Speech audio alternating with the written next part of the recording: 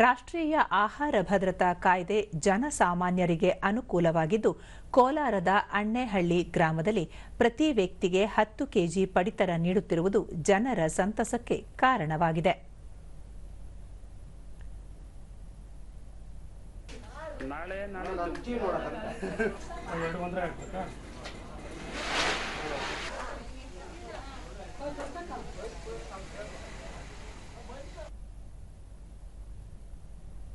ದೂರದರ್ಶನದೊಂದಿಗೆ ಫಲಾನುಭವಿ ಚೌಡಮ್ಮ ಹಣದ ಬದಲು ಅಕ್ಕಿ ನೀಡುತ್ತಿರುವುದು ಸಂತಸ ತಂದಿದೆ.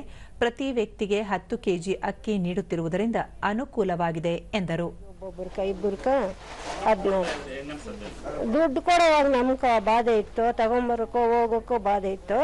ಇವಾಗ ರೇಷನ್ ಕೊಡೋದ್ರಿಂದ ಬಾಧೆ ಇಲ್ಲ.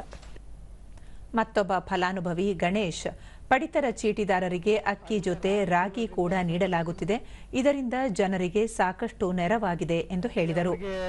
ರಾಗಿ ಬೆಳ್ಕೊಳ್ಳೋಕೆ ಆಗೋದಿಲ್ಲ, ಕೆಲವರು ವಯಸ್ಸಾಗಿರೋರು ಇರ್ತಾರೆ, ಅವರೆಲ್ಲ ಮುದ್ದೆನೇ ತಿನ್ನಬೇಕಾಗುತ್ತೆ.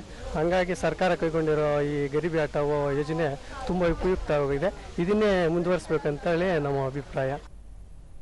ಪಡಿತರ ಅಂಗಡಿ ಮಾಲೀಕ ನಾರಾಯಣಸ್ವಾಮಿ, ಸುಮಾರು 500 ಪಡಿತರ ಚೀಟಿಗಳಿದ್ದು ಪ್ರತಿ ತಿಂಗಳು ಸಾರ್ವಜನಿಕರು ಸಂತಸದಿಂದ ಪಡಿತರ ಪಡೆಯುತ್ತಿದ್ದಾರೆ ಎಂದು ಹೇಳಿದರು. ಪಡಿತರ ವಿತರಣೆ ಆಗ್ತಾ ಇಲ್ಲ. ಪಡಿತರ ವಿತರಣೆ ಆದರೆ ಏನೋ APL ಕಾರ್ಡ್ಗೆ 10 ಕೆಜಿ ಅಕ್ಕಿ ಕೊಡ್ತಾರೆ. 10 ಕೆಜಿಗೆ ಎಷ್ಟು ಬೆಲೆ ಅಂತ ನಿಗದಿ ಮಾಡ್ತಾರೆ. ಸರ್ಕಾರದಿಂದ ಅಷ್ಟು ಬೆಲೆ ತಗೊಂಡು ನಾವು 10 ಕೆಜಿ ಕೊಡ್ತೀವಿ, ಪಡಿತರ ವಿತರಣೆ ಮಾಡ್ತೀವಿ. ಆಹಾರ ಮತ್ತು ಪಡಿತರ ಇಲಾಖೆ ಉಪನಿರ್ದೇಶಕಿ ಲತಾ, ಜುಲೈ ತಿಂಗಳಿನಲ್ಲಿ ಅಂತ್ಯೋದಯ ಪಡಿತರ ಚೀಟಿದಾರರಿಗೆ 21 ಕೆಜಿ ರಾಗಿ ಹಾಗೂ 14 ಕೆಜಿ ಅಕ್ಕಿ ನೀಡಲಾಗುತ್ತಿದೆ.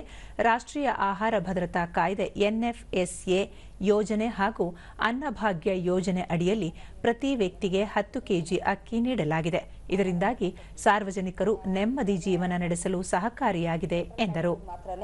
ಇದು ಸ್ಟೇಟ್ ಕಾರ್ಡ್ಗಳಿಗೆ ನಾವು 5 ಕೆಜಿ ಹಾಕಿ 5 ಕೆಜಿ ಅಕ್ಕಿ ಟೋಟಲ್ 10 ಕೆಜಿ ಹಾಕಿ ಕೊಡ್ತಿದ್ದೀವಿ.